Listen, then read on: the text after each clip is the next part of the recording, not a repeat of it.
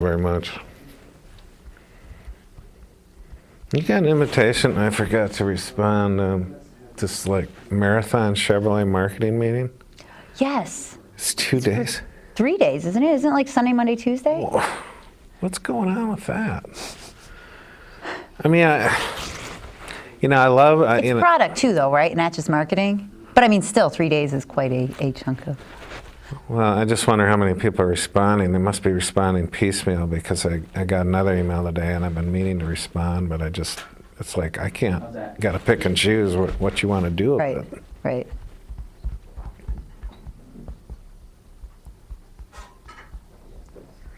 Yeah, I was impressed by the. It's a huge agenda too. Right. It's packed and.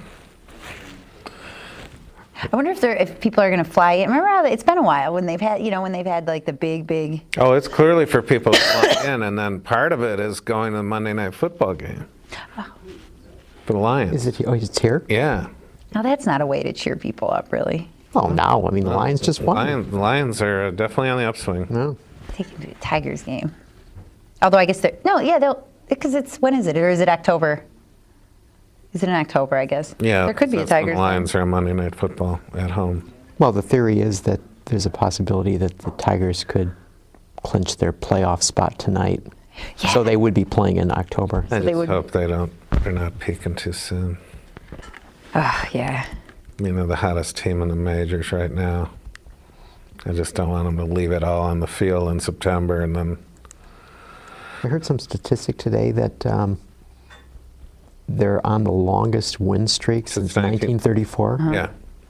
Is that crazy? Yeah, it's just. But it almost seems inconceivable to me that it would be that long. Because it's like, what do they play? Like 156 games a year or something? 12 games in a row. If they won 15, that would be like 10% of their games. Yeah.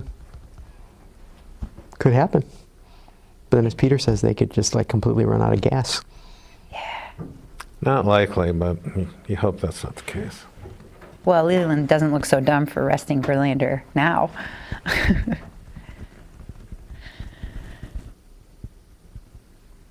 We were supposed to see him pitch, and then they ended up swapping, and we ended up with Penny when I went to a game. Not too many fans of Penny, from what I understand.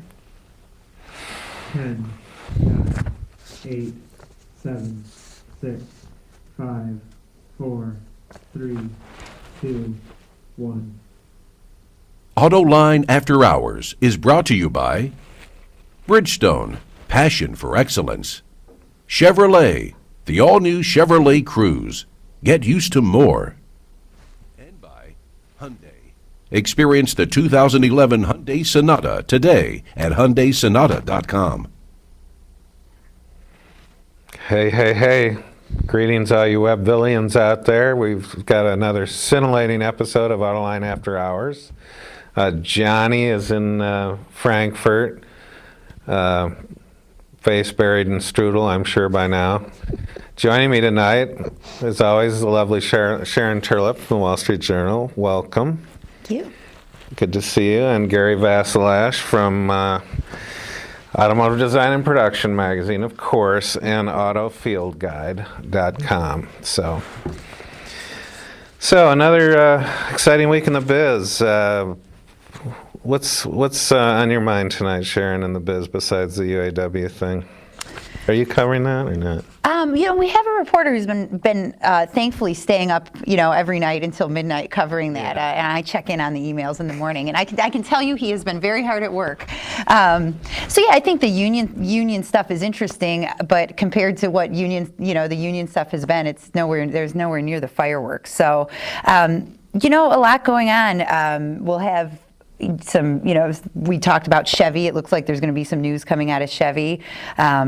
GM, it's about board meeting time for GM, so we'll see what happens for them. And I think, just kind of business, it's like everything's kicking back into gear. Yeah. So let's beat the Frankfurt Auto Show to death some more this week, since everyone has. Gary, what do you think of the Maserati Kubang, or the Sergio edition of the Grand Cherokee, as I refer to it. Well, it seems to me that Maserati is taking a look at what Porsche's doing very successfully with the Cayenne, and the Cayenne is just doing really solid numbers for Porsche. And in fact, so I cheated a little bit by writing down some numbers. So I went to Autodata, and so for the month of August, they sold 882 Cayennes, okay, and 1,302 cars, okay. So 882, 1,300, all right. So for the year, they've sold 9,101 Cayennes and 11,393 cars. Okay, so that's, Autodata's numbers. Now, the interesting thing is the Cayenne sales are up 112.1%. Car sales are down 0.3%. So, as you had on your site this week, there are those who want to have a Porsche in their driveway, and they're getting Cayennes, and they're not the true believers, but they're somebody who want the brand. Now, Maserati for the month of August sold in the United States a grand total of 211 cars, okay? And for the year, it's 1,507 cars. So, the Cayenne itself is handily outselling that. So what do you do? So do the guys at Maserati say, you know what? We're just going to ignore that, and we're just going to, quattroportes, and that's our world? Or do you say, let's do something in that SUV space so we can get some volume? Yeah, well, the problem is they don't have the dealer network that Porsche does. I mean, you're talking about a bunch of sleepy Maserati dealers that, they work over, a rich couple for 4 months before they commit to buying. Right. And so they're not, the idea that they would all of a sudden be not mass selling SUVs, but, that would transform the Maserati showroom to the point where I'm not sure they can. Well, but look at Cadillac. I mean, Escalade is still, a huge success. Yeah, for but them. again, that's a huge dealer network. But the point is that at least these guys may have the opportunity of making some traction that they don't have now, because it's taking them several months to be able to sell a car. And so suddenly there'd be these people who are like the people that may buy Cayennes who are saying, hey, I can get a Maserati now. Yeah. What do you So you're not happy, I can tell. No, what do you think about it, Sharon? Well, I think, anytime you talk about anything that company does, logic often doesn't apply. Yeah. So, so I think that, I think both those arguments make sense. But, I think if you just look at some of Sergio's, plans. Announcements. Yeah, and, who would have thought, and I don't know the sales numbers off the top of my head, but, he took a lineup, kind of refreshed it, spent a little bit of money on it, and their sales are, I think, where no one expected they would be. So he seems to be, the one thing that seems to be true is he seems to figure out how to sell cars, and. Yeah, the only thing he missed by a mile, and it really bugged me, is when he kept making his pronouncements about Alfa Romeo. Right, yeah. 2012. Well, now it comes out, they're saying, 2013 and a half. I don't think we'll see an Alfa in this country before the end of 2014, but yeah. So would they put it in a Chrysler dealership? Or would they put it in a Fiat? The Alfas? Yeah. Oh, they'll put them in the Fiat dealerships. So is that going to be sufficient to? I have no idea. They're going to bring that sports coupe over first, that Alfa. But as far as establishing a mainstream Alfa, and we've talked about this on the show before, think of the train wreck of brands in this country as it is, in this market. And they're all, battling for their sliver of the pie. But launching a new brand, let's not forget that a lot of people don't even know what Alfa is. Right. Even fewer people than had heard of Fiat knows what Alfa is. And the older types who remember the Graduate, and then there's the Alfa, the Alfistis, the enthusiasts. But that's launching a brand in this country is a massive undertaking. So good luck with that. But back to this Porsche thing. My column was about the fact that Porsche's doing this dance between the consumerists who buy the Cayenne and the Panamera, and the true believers who have to have their 911 Cayman Boxster fix.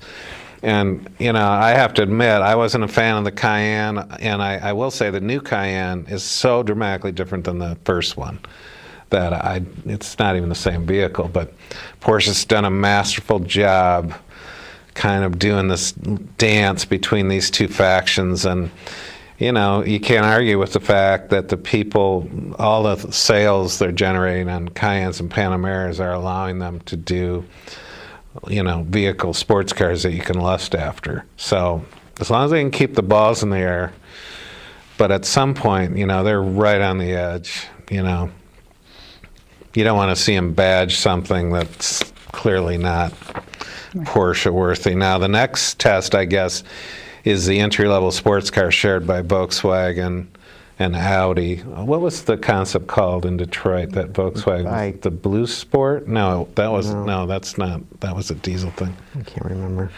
But anyway, yeah, Porsche doesn't have their entry car is the Boxster in the 50s. Right. So, but it seems to me that their engineering is sufficient to make it completely differentiated from the others, and so you wouldn't. I mean, yeah, people who watch this show would know, but the average person would have no idea that they're sharing these platforms. Well, that's a whole nother thing. How well the Volkswagen Group has managed to differentiate all of these brands. I mean, and John and I were talking about the other day. They remind us of GM in their heyday, when they had all of these brands, but they allowed them to operate almost autonomously.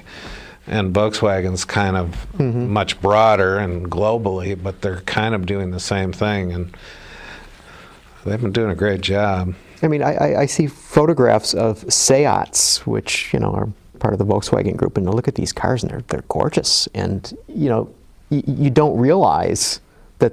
Yeah. From looking at them, that the underpinnings are the same thing you're going to find in a Jetta. Yeah. I mean, it's amazing, and so it's this clear design cues are owned by the brands, and then the ride and handling. The chassis engineers do just such a great job on making these cars different. I'm still not convinced that the Volkswagen plan for the U.S. is going to work as seamlessly as they hope. I mean, they decontented the Jetta. Now, granted, you can order up a Jetta to be like the Germanic Jetta you really want instead of the lost leader, and then they brought the Passat in. I mean, it's a big bet in Chattanooga, right, Sharon? Yeah, it is. And I mean, I think the thing, it's when you look at Volkswagen, it's, first, where's their target? I mean, who are they going after?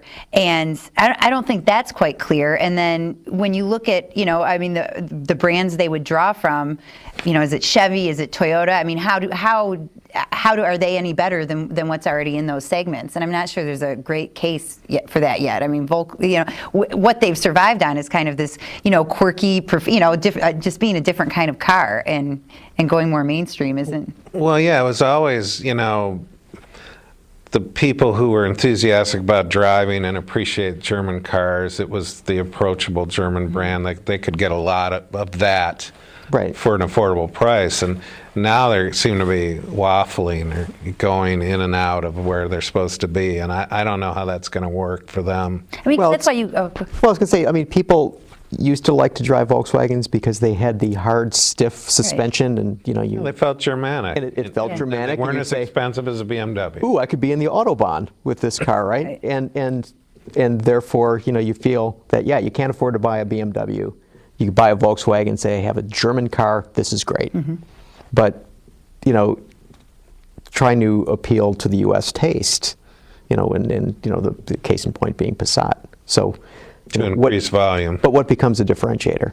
As you say, if somebody's got a Malibu, are they going to say, gee, I need to buy a Volkswagen now? Yeah, I mean, I think the number of people who get excited about not having a cup holder because it makes them feel European, I think there's a certain number of people, and I don't know that it's, 10 times as large as Volkswagen. I think they have cup holders in there, though. Well, they do. They have cup holders. Okay, yes. But I'm just saying, they have cup holders, but it's like you decide you have to choose between shifting and using the cup holder. Yeah, but I mean, it's just sort of this thing that's gone away. I mean, but it seems to me that they do offer the diesel in the Passat. It's just like, okay, who's doing that?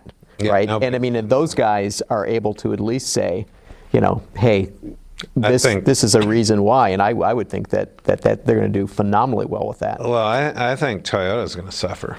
I mean, yeah, the Camry loyalists will get their Camrys, but it's so conservative, and this market is changing so rapidly that 3 years' time, the Camry is going to look ancient, especially with the Fusion coming out at the Detroit Auto Show, which is a dramatic car.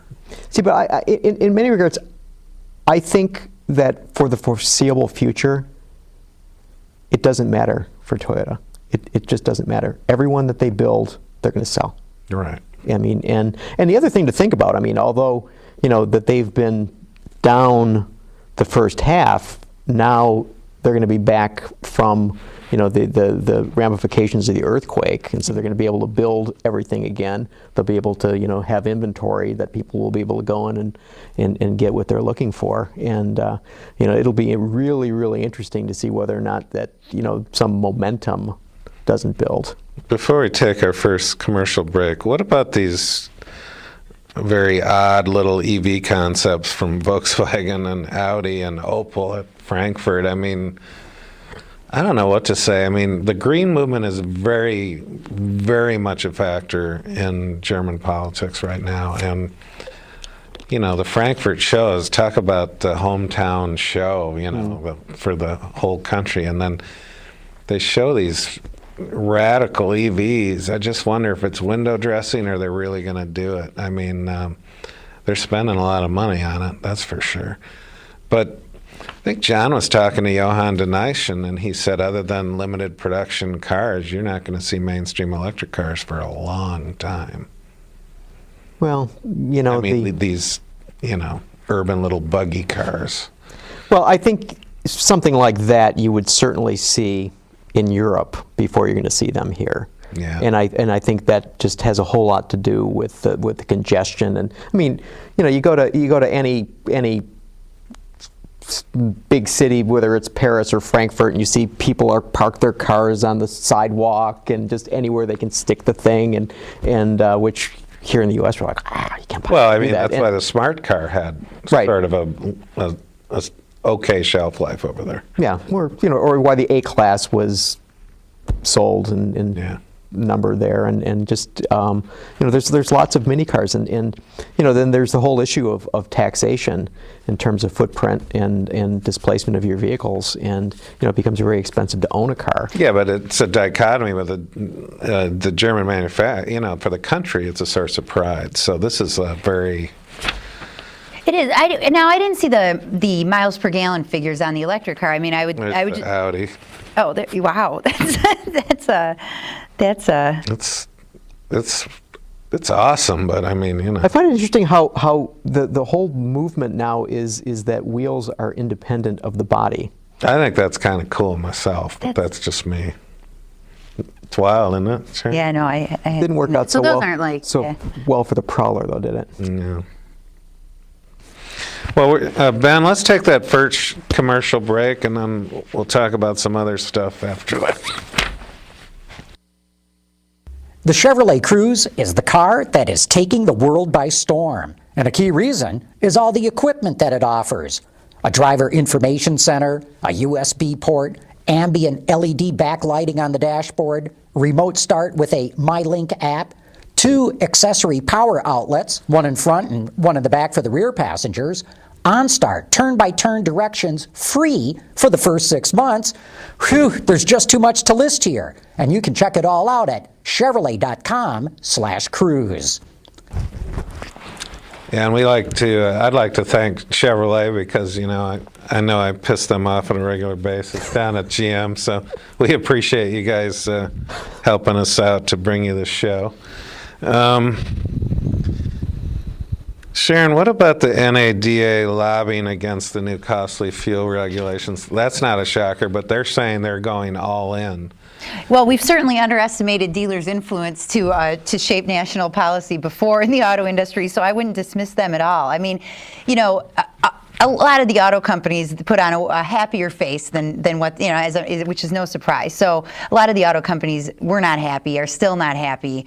So I think NADA will get a lot of support, if, even from, I think there's a lot of people who are really displeased with CAFE who can't speak out publicly, and the dealers are the one group that can. So it seems like kind of a done deal, but we thought that a lot of dealers were going to close, and that was a done deal too. Were you surprised that the Detroit 2 and the Italian 1 were so they acquiesced so quickly with these? Do you think they were just counting on things might change and to not make such a big deal out of it initially? Yeah, I mean, because they fought hard at the beginning, but the turning point was really when it became clear they were going to get get the review period in 5 years.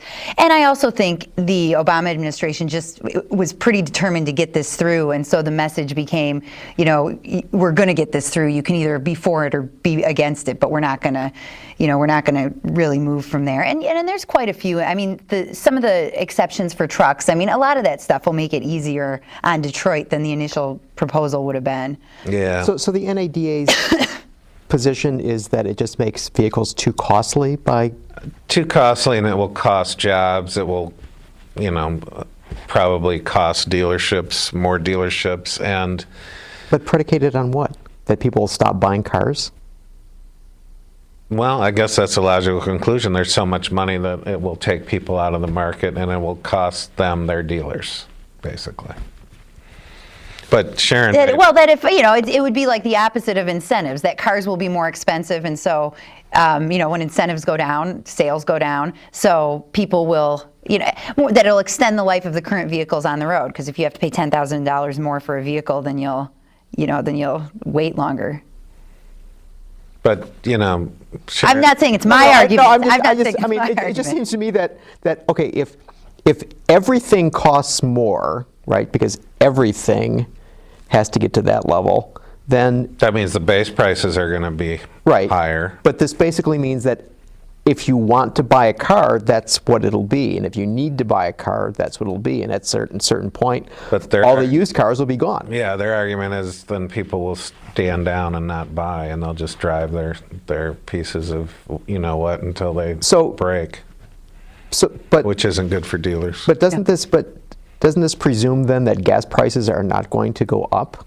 Oh, well, there's a lot of presumptions. It's just like so basically. I mean, if you look at the vehicle manufacturers now that are really pushing the fact that they're providing cars that have 40 miles per gallon. I mean, when GM came out today and said the Sonic with the a 1.4 turbo. Yeah, it gets it's 40 miles per gallon, and you can get the Fiesta 40 miles per gallon.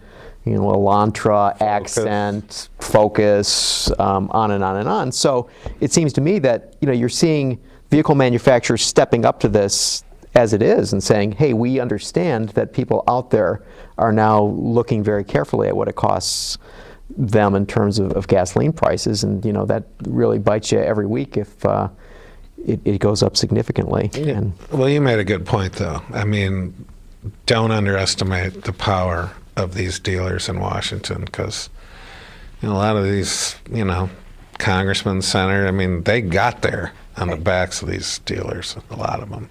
Yeah, and I think it depends on how, it all comes down to how you look at battery technology. Because to get to these mileage targets, it's going to require more electrification of vehicles. So, if you're in the camp that, that electric cars are going to cost $40,000 like the Volt does, and, even gas prices of $5 or $6 per gallon wouldn't have it make economic sense.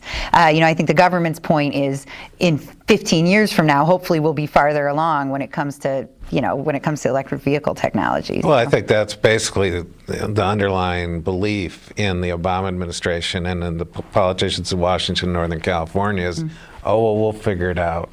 Mm-hmm. Something will happen. Someone will come up with a battery that's, weighs 3 ounces and is this thin and magically recharges, and it'll all be good. But, plus, who knows what's going to happen in the election and what that's going to do to this. So, well, that we were talking before about the new EVs that Coda. were shown. No, the Opel Yeah, that- EV. And as I recall, that Ben, they, do we have that Opel? That little weird little Opel? and it said something along the lines that it can be recharged by a solar cell on the roof of your garage. Oh, well. So there you go. Come on, Okay, yeah, it's fixed. Done. done. I see Coda's going to be the first mostly Chinese car to be sold in the U.S. for $45,000 full electric. I don't know. You know, I think when Are we people... still waiting for those BYD cars to be here? Yeah, I think that's one of the... Warren missed that bet. It's one of those bad bets he occasionally does. But, you know, the thing is I think people are understanding now that, well, wait a minute, if I can get something that gets 38, 39, 40 miles per gallon in the city, or I mean the highway, you know, the compelling reason to just go blindly sign up for electric isn't there so much anymore. Now, gas goes up to $6, $7 a gallon, you know, you just don't know. My bet, anyone thinking that gas isn't ultimately going to keep going up, I think is silly. It's just silly. Of course it will. I mean, the new bottom, every time it spikes, the bottom goes up a little more, you know, so. Well, I mean, and the thing is that, you know, and as people correctly point out, it isn't that there isn't available petroleum, but it's just not so easy to get. Yeah. And so if you're an oil company and you're going to try to get that oil, it costs you more money to get it. Right. And so if it's costing you more money to get it, what are you going to do? You're going to charge Sharon more money. Right. And it's just as simple as that. And so, you know, this thing of, oh, there's just all this oil, it's just waiting for us to take it. Well, it isn't like at, what was that, when the original Spindle had Spindle top? you know, where they just did and it was just, yeah, it was just like the Beverly Hillbillies. That suddenly, you know, you've got them You go to the University of Texas, there's a big display of there's a working oil rig, because one of the huge underlying foundations of the University of Texas was, you know, yeah, so gushers. So it will go up.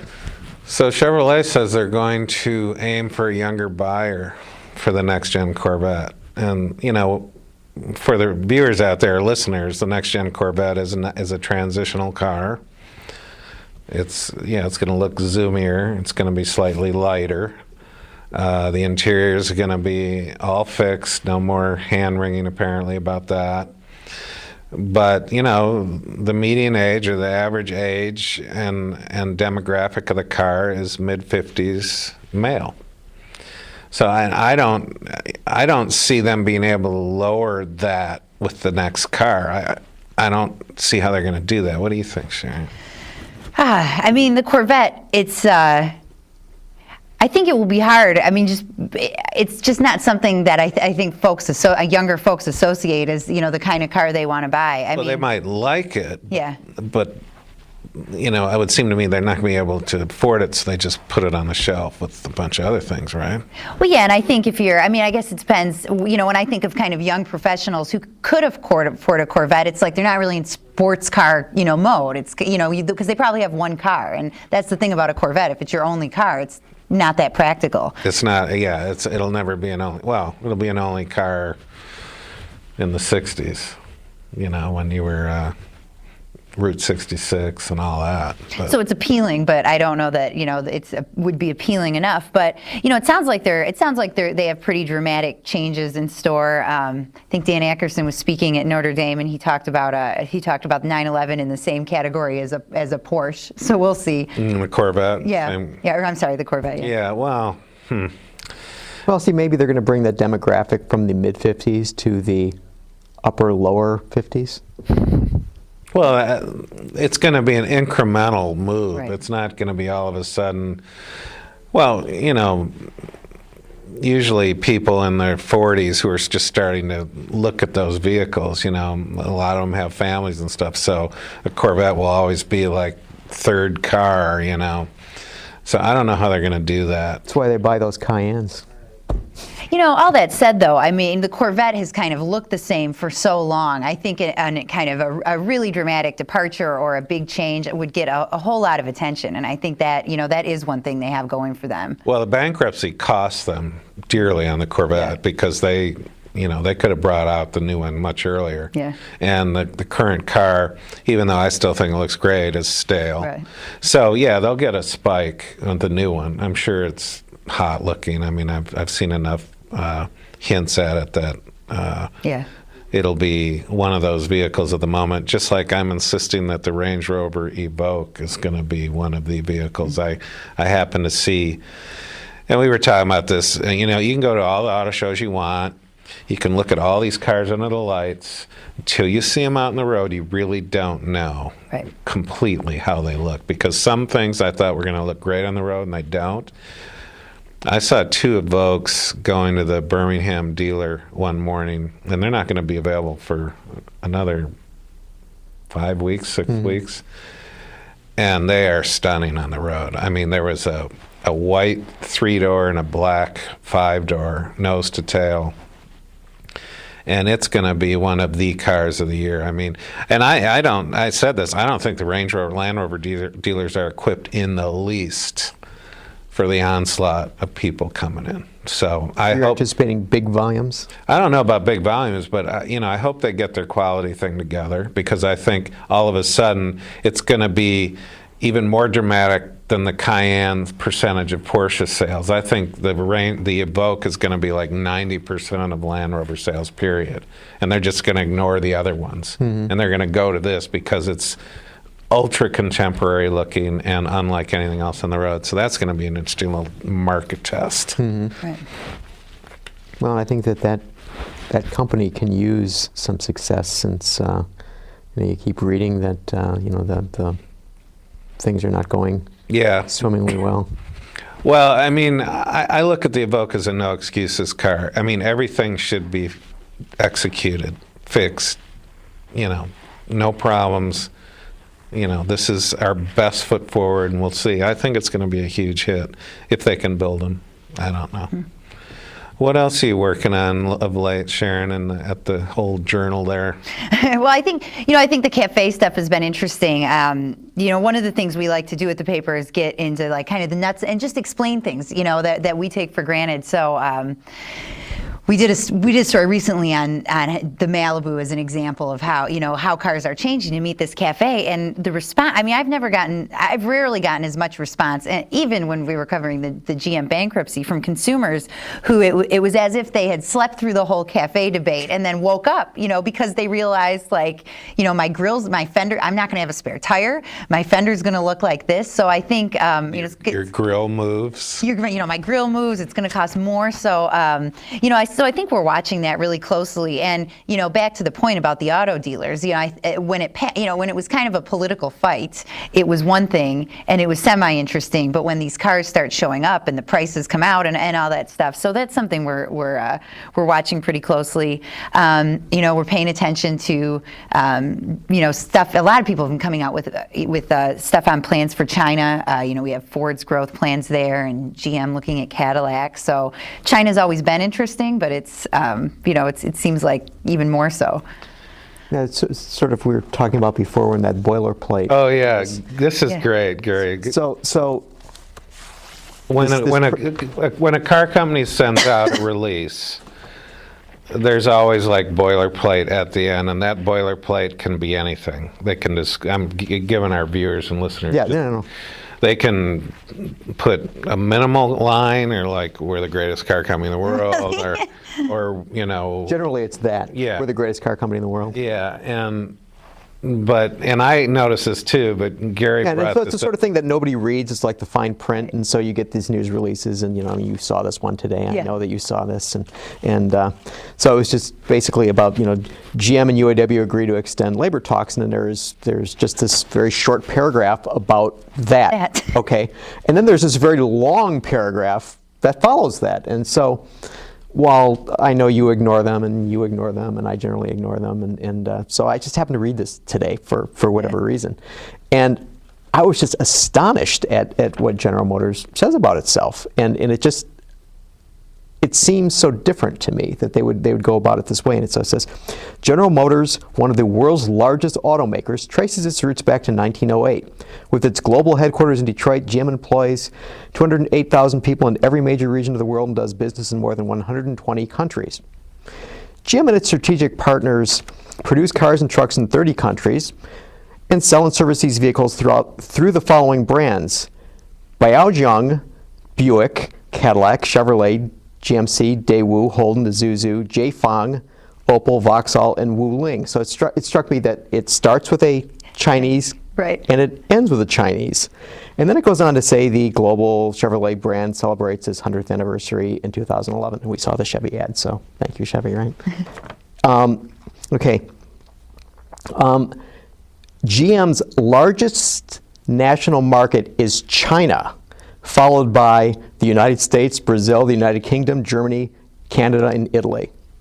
And I was like stunned that in this boilerplate they point out that their largest market is China. Well, we'll talk about that.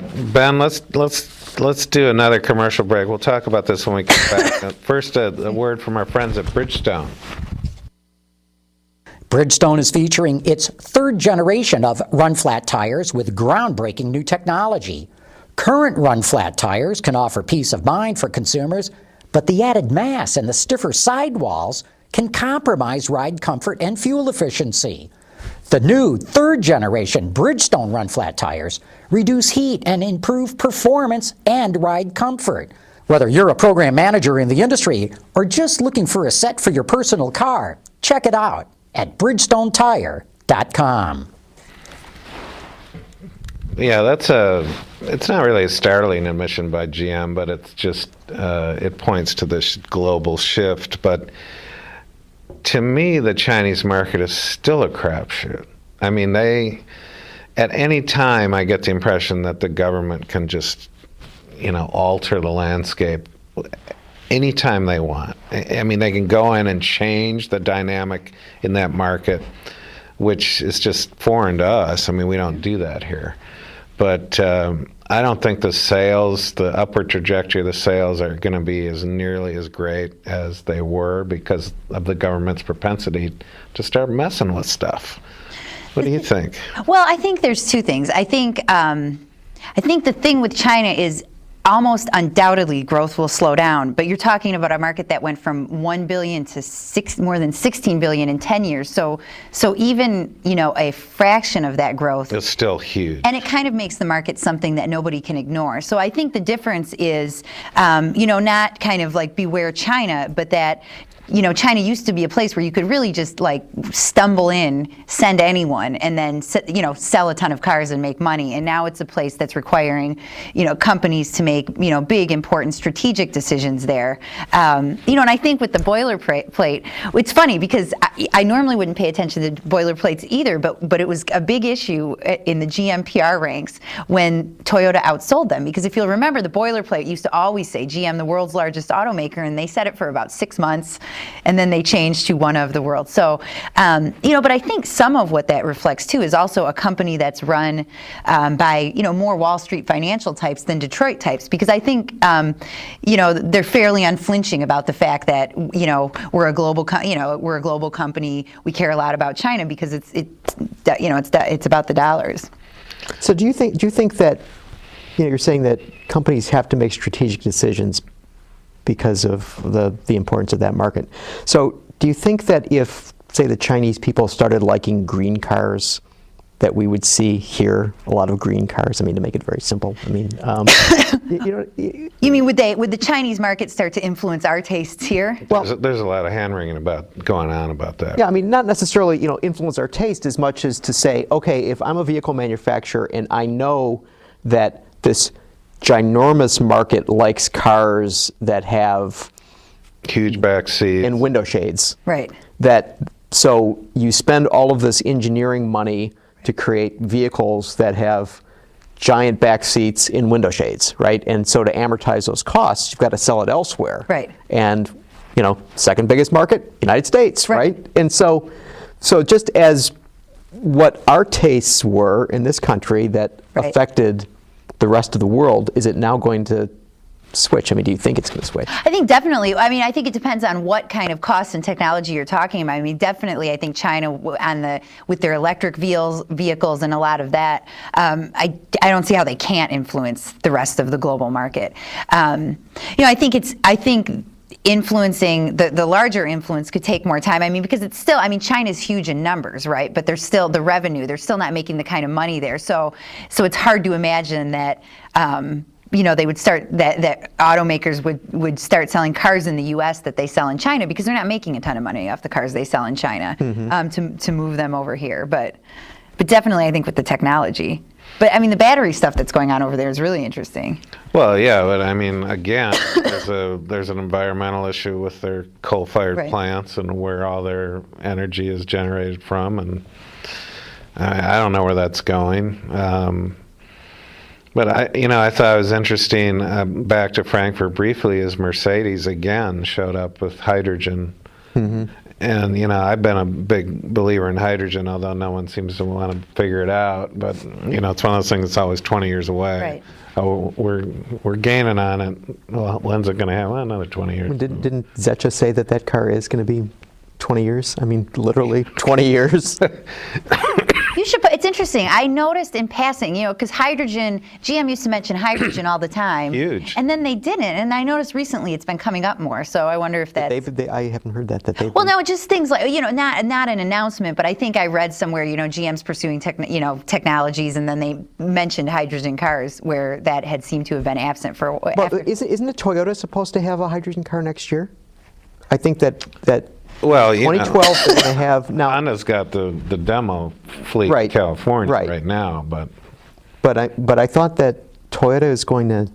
Well, it's pretty hard for a manufacturer to sell cars in this geographic area, because that's where the hydrogen filling station is. Not exactly a profit model of any kind. But right. I think we'll see a lot more natural gas. I mean, it seems like natural gas is what everybody really wants to. The conversion of natural gas to fuel for the cars seems like a... Right. So, I mean, there's the Civic natural gas that you can buy, which... I'm kind of surprised, in a strategic way, that the U.S. hasn't leveraged its natural gas more for mass use, in cars, but that's a whole other thing. Yeah, but in terms of performance, it's pretty ethanol-like. In terms of you don't get as many miles per gallon with the fuel, and then you really attenuate trunk space more than you attenuate trunk space with a battery pack for a hybrid vehicle. I think I read this right, but the big thing about hydrogen, the fuel cell, the storage tank, onboard storage tank, obscenely expensive. But I thought I read this correctly about that show car that Mercedes unveiled at Frankfurt. They said that the tank was spread throughout the outer skin of the vehicle. And I was saying, how can that be? Oh, wow. Yeah.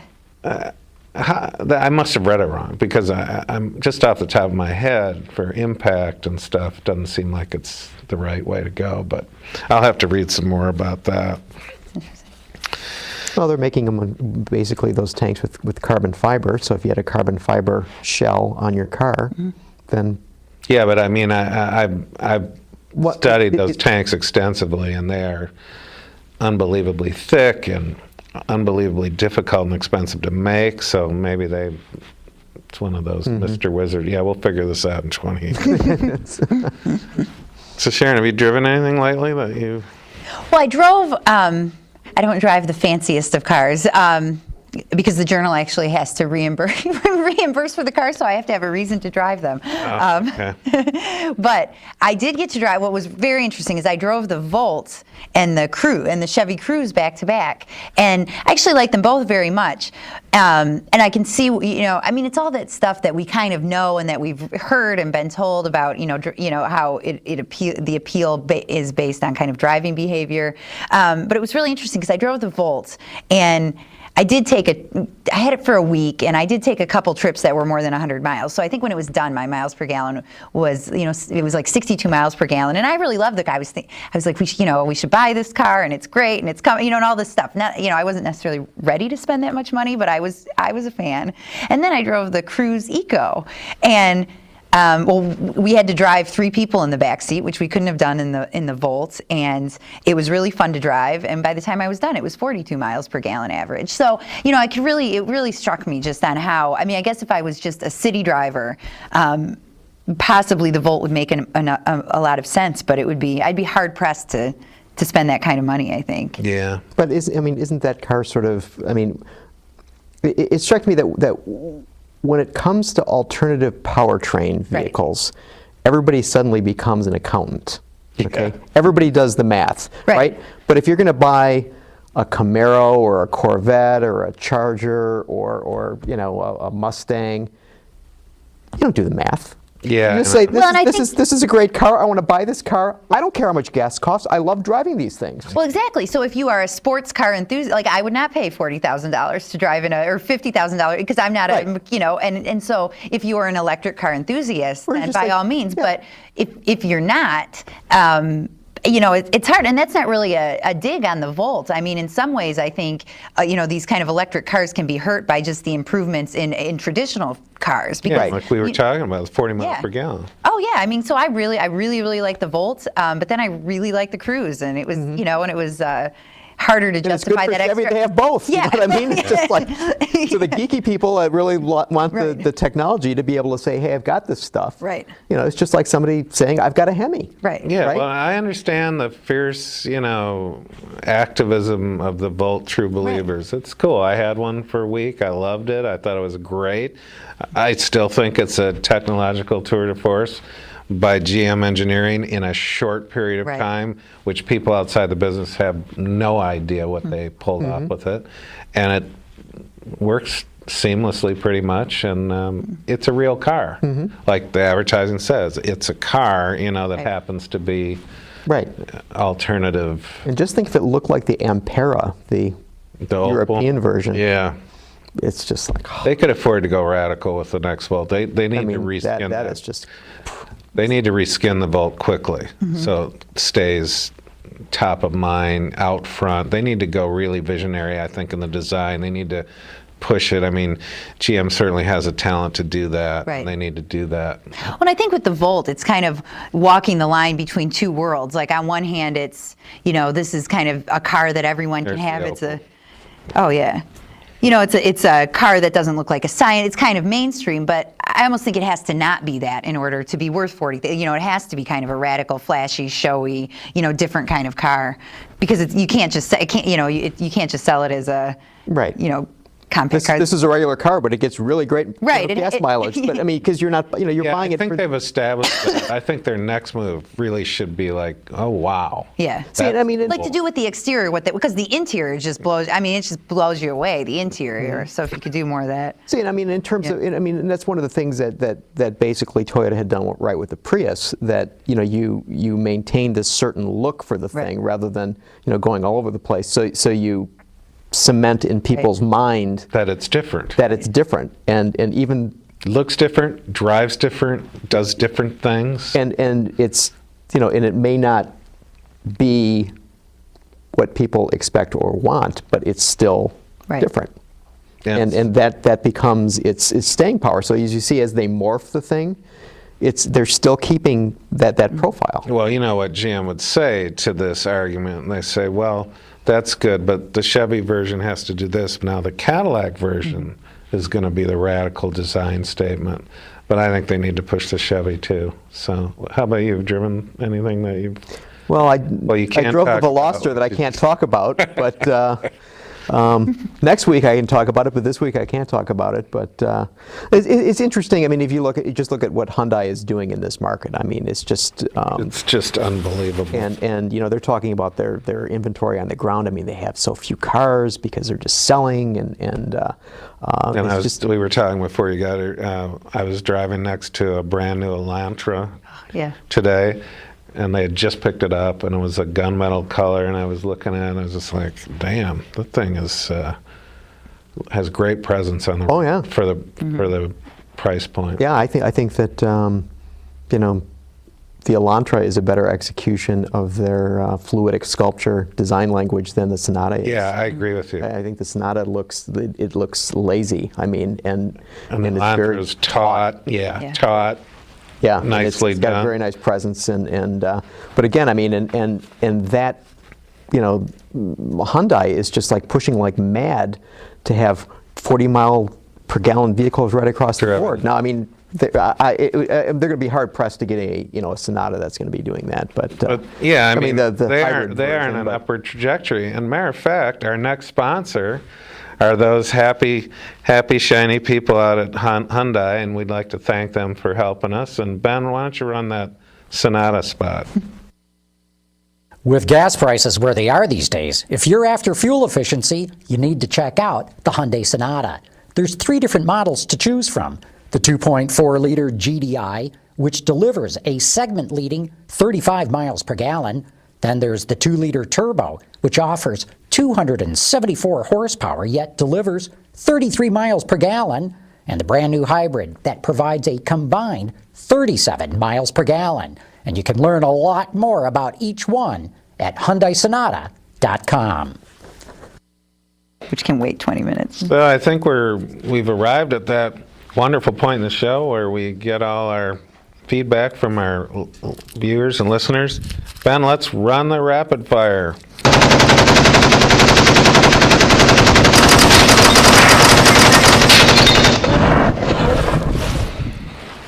Okay, we're going to go quickly. This mine _ Volkswagen says, make the next boat look like Cars and Blade Runner. I'd hit that. Okay. Mitch says, why is Sergio so miffed at Bob King? Didn't Bob King not show? Yeah, I think Bob had things other than the negotiations that he wanted to do. And Really? Sergio was You're the head of the UAW? Got other things to do? Yeah, what do you got? Clean out the garage? Oh. And mine, Volkswagen says, I'm not impressed enough with the new Passat to replace my 2003 Passat with one. Okay. Comment from Jeff W. Anyone have any kind words to say about the passing of the Crown Victoria? Ford needs a rear-wheel drive architecture stat. They need to. I know they're working on the 24 and the new Mustang. There better be more off that rear-wheel drive chassis. Well, I think what they also need to do is keep in mind that the Crown Victoria was a very content-rich vehicle for not a whole lot of money. Right. And well, that's the classic American car thing. Right, but I mean, and if you look at Taurus, it's a big American car that costs big American dollars. Yeah. So, good point. Hey, Ben, do we have a phone call? Hey, Peter. It's Jonathan out in Old Japan. I have to tell you, you and your guests are putting on a fabulous, fabulous show. Of course, anytime you talk about Corvettes piques my interest. Just a comment, General Motors is moving to lower the median age of the Corvette by offering a new drug that instead of getting older each year, we get younger. I've been a Corvette owner for over a dozen years, and once you buy one, it's tough to pick another sports car. It's such an amazing car. I'm looking forward to the C7. My question is, you think it's going to have 475 horsepower above or below that number in the base model first year? Take a guess. Make us laugh. I thank you very much. Have a nice evening. Thanks, Jonathan. I'm guessing the standard Corvette will have 450 in there. Yeah. Yeah, I mean, the that base, sounds the right. base, yeah. Base, yeah. Let's do another phone call, Ben. Nothing else yet. Okay, cool. Thanks. Hey, thanks for paying attention out there. Really love it. Okay, from Austin in South Carolina, is it just me or was the Opel E-Rack concept the most useless concept of the show? I think it did nothing for the brand, and with Opel barely making money, seems like a waste of resources due to its lack of being produced.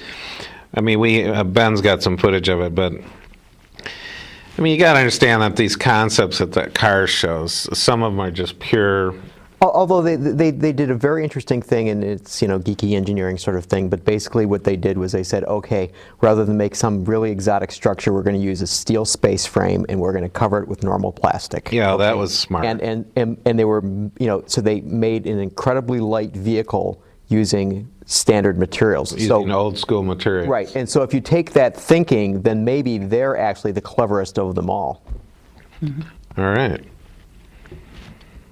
Oh, George from Brooklyn wants to know what is Volkswagen's relationship with Zuki right now. What relationship?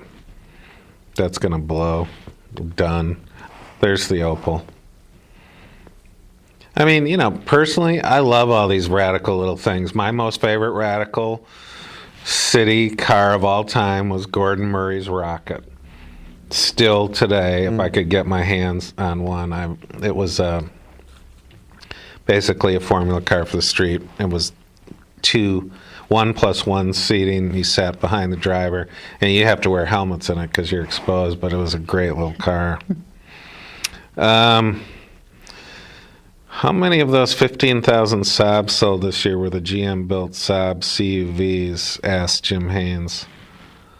Well, the 94X they haven't been on the market that long, so it certainly isn't. I'm sure that that's maybe in the hundreds. Right. If Okay, Mike D. White, question for me. Having seen both Cadillac and Lincoln future products, who has the brighter future? You guys want to comment on that? they asked you. I know. All I can say is I'm impressed with both for different reasons. I think Lincoln might be reaching more, which might be hit the sweet spot, but we'll see. I think the full-size Uber Cadillac sedan that's coming, that was teased with the CL. is fabulous. It looks fabulous. So we'll see. I hope they all are successful. Jay Cujo wants to know, a while ago Caddy was said to have a Lambda vehicle of its very own. No news has come out since. Is that still a possibility, or has it been scrapped? Please say it has. Don't need another Lambda. I'm not aware of it.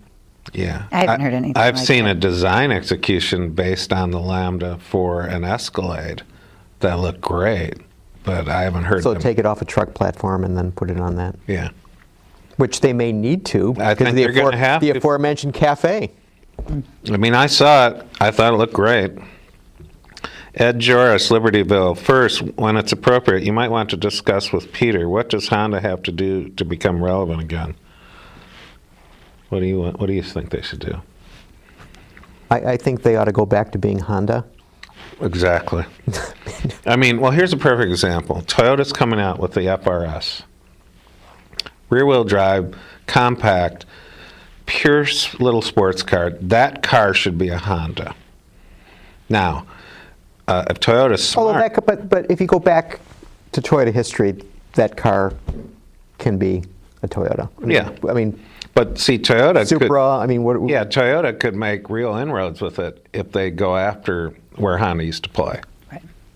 Now, Honda's, I guess the chief engineer or something said, oh, we're going to be back. We're doing a new NSX, blah, blah, blah. But boy, they've just missed it. They've missed it's a huge hole. They got to get back to being Honda, absolutely. Ralph Engelbrecht wants to know if any of the hybrids needed their battery replaced, and if so, how much did it cost? I don't know. Well, they're under warranty for now, so if they have. right, and Toyota's had some phenomenal life on Prius Right. that, is amazing everyone. Right. But Glennie wants to know, does anyone know the price of the Smart Electric? The Albany, New York dealer has one for sale on his website, but no price. No, you don't want to know either. Keep walking.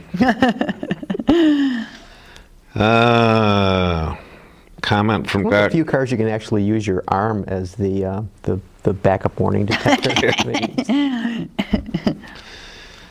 No, that's too involved. Political thing. Glennie wants to know: is the future diesel hybrid in order to reach the new standards? I think some are thinking about. I think people are thinking about it. No, it's technically a brilliant solution. It's economically a nightmare. Because basically, as we know that hybrid systems have a premium, and diesel systems have a premium. And the diesel system doesn't get much help from the government. So you take two premiums, and met them together, and you have a giant premium. So yeah, great fuel efficiency though. Because of the the way that both of those systems work. George in Brooklyn wants to know who's going to win the police car sales war. I don't know. Whatever happened to carbon motors? Do you know anything? Interesting. Purpose-built police cars? Yeah, no, I think pretty much Chevy and Ford and Chrysler are going to bury whatever. I think the Charger looks like a badass police car. It's funny, you know. Chrysler, way back to the highway patrol days, which Roderick Crawford? Roderick Crawford. Now he drove Fords, but then there was a transition. But it's amazing to me that Chrysler has this heritage of police cars, and they always manage to come up with a car that fills the role perfectly and looks badass doing it in the Charger. And then Chevy's got the thinly disguised G8 in Impala trim, and Ford's betting on the Taurus and the Explorer, and you know, I think Ford's going to be wishing they had a rear-wheel drive car right about now.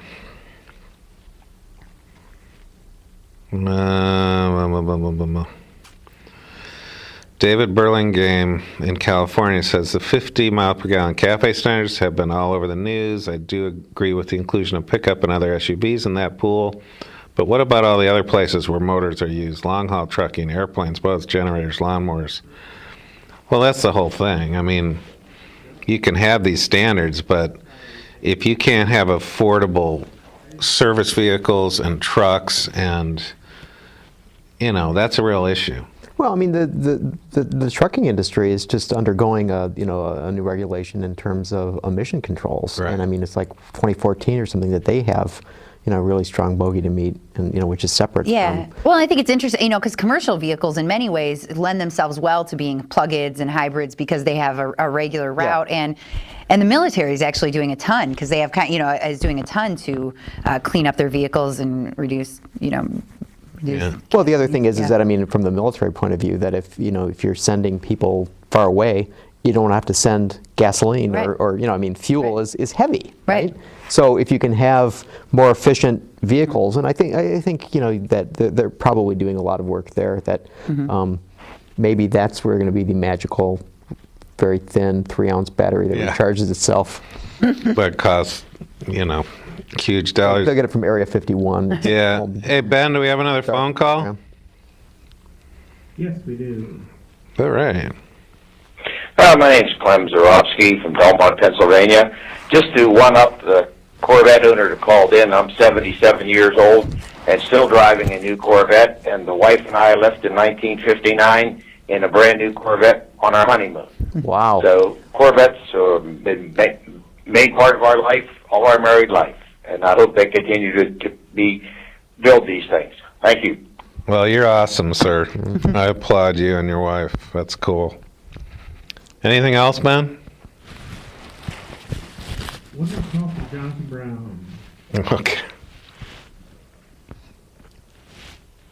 Hey, Peter, it's Jonathan again out in Old Japan, New Jersey. Listen, a real quick question. Is the Alfa Romeo brand ever coming here? Sergio, the CEO of Fiat, Alfa Romeo, Chrysler, is ruining all credibility by just delaying this introduction of Alfa Romeo year after year after year. How are the Fiat dealers with the little 500 going to survive without a higher priced product like Alfa Romeo? How are they going to survive selling the Fiat 500 in the quantities that it seems to be doing? Yes, it's nice that Jennifer Lopez is in the ad. My question to you is, what do you think of that advertising? Is the Jennifer Lopez ad going to attract the Fiat buyer? Thank you very much. Thanks, Jonathan. And again, a great show. Thanks, Jonathan. Well, there's a whole bunch of things in there. First of all, I'm concerned about the Fiat dealers. I mean, once the first on the block people get their fill of the 500, then what? Is it a sustainable thing like Mini? Yeah. That's a good question. Now, they say they're going to do a small CUV. I think they're going to have a tough road waiting on Alfa. And we talked about Alfa earlier. Realistically, they're saying middle of 2013 now, but I would bet it's 2014 before we see Alfas here. What do you?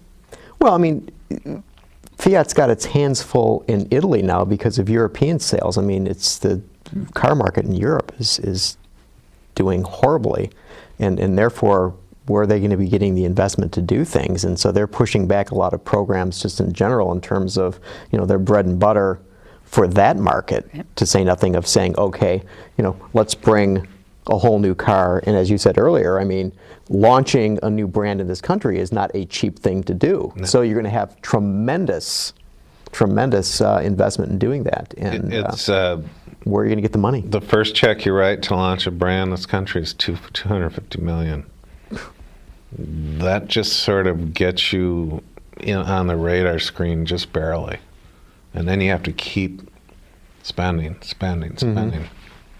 So that kind of marketing money on a low volume thing like the Alfa, I don't know how they're going to do it.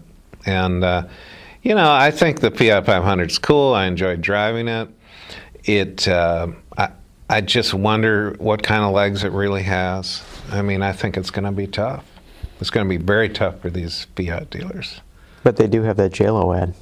Well, as far as the JLO ad, I mean, we talked about this earlier. I mean, it's kind of a star-crossed thing with Chrysler. I mean, they had Celine Dion with the Pacifica and the 300, and, this is kind of a nonsensical thing. Have you seen the ad? No, but I just can't imagine Jennifer Lopez actually going out and buying a 300, which I think is like, Dubai, where the M&M ad was a little more. Well, she's in a 500. Or, I mean, it's 500, sorry. It's a cabrio, though, Yeah. so. Oh, yeah, okay, that makes it all better. Yeah. It's quite a, and then at the end she gets out and dances. Oh. Sweet. Whatever. I'd like to watch the commercial. Not my favorite. Excuse me. Well, you know what? I think we've reached the end here. Actually, we've got one more call if you'd like to take it. Sure. There's the ad there. Sure. Oh. So there's a lot of skateboards, motorcycles, and Well, sort I of can kind of see Jennifer Lopez. people running. He ain't by my side. Now all my super ladies, I got my baby. If you got my baby. Move your head, dance for your mommy. Okay. You got the phone call, Ben? Yeah. Hi, this is Tim from Indianapolis, and I hate political things, but the other night when Mr. Kane was up, he mentioned that he wanted a panel to go together if he was president to pick on the EPA from the people who've been abused by it. I just thought that was a brilliant idea, and I wanted to see what your panel thought. Thanks. Who said that? Herman Cain. Oh. He's anti-EPA. Yeah, I don't really have nothing. I don't have anything to say about it. You mean the EPA as in their? Yeah, I mean, I think. I do think that there have been factions, again, Northern California politicians and Washington politicians and New England politicians who are quick to make pronouncements and without really understanding the ramifications of what they're talking about. Right. That seems to be a general pattern, and I don't know how. I don't see that ever changing. No, I think people have legitimate concerns about how much information is out public. There's big decisions being made, and a lot of times, the information as to why and how those decisions aren't out quickly. So I can see. Okay. Well, thanks again, Sharon Terlep from Wall Street Journal. Thank you. Gary Vasilash from Auto Field Guide and Automotive Design and Production magazine. Gary's got one of the coolest magazines. We really appreciate the ins and outs of this business. It immerses you in stuff you'd never know, and it's cool. And Sharon's always in the Wall Street Journal, so you should check her out. Check us out tomorrow. Huh? Check us out tomorrow. What do you got tomorrow? I can't say. I'm sworn to secrecy. Oh, okay, fine. But it did come up today. Okay. You can read Gary's stuff at Automotive Design and Production, the magazine, autofieldguide.com, and twitter.com/autofieldguide. And Sharon is at twitter.com/Sharon Terlep, or of course you go to Wall Street Journal Print or WSJ.com. And you can visit my website, autoextremist.com, and I'm twitter.com/autoextremist. And there is a Facebook site for Autoextremists, and I thank my colleague A.J. Morning and Marilyn for maintaining it for me because I'm sort of an absentee landlord of it. And, you can check out Autoline on Twitter, twitter.com/Autoline.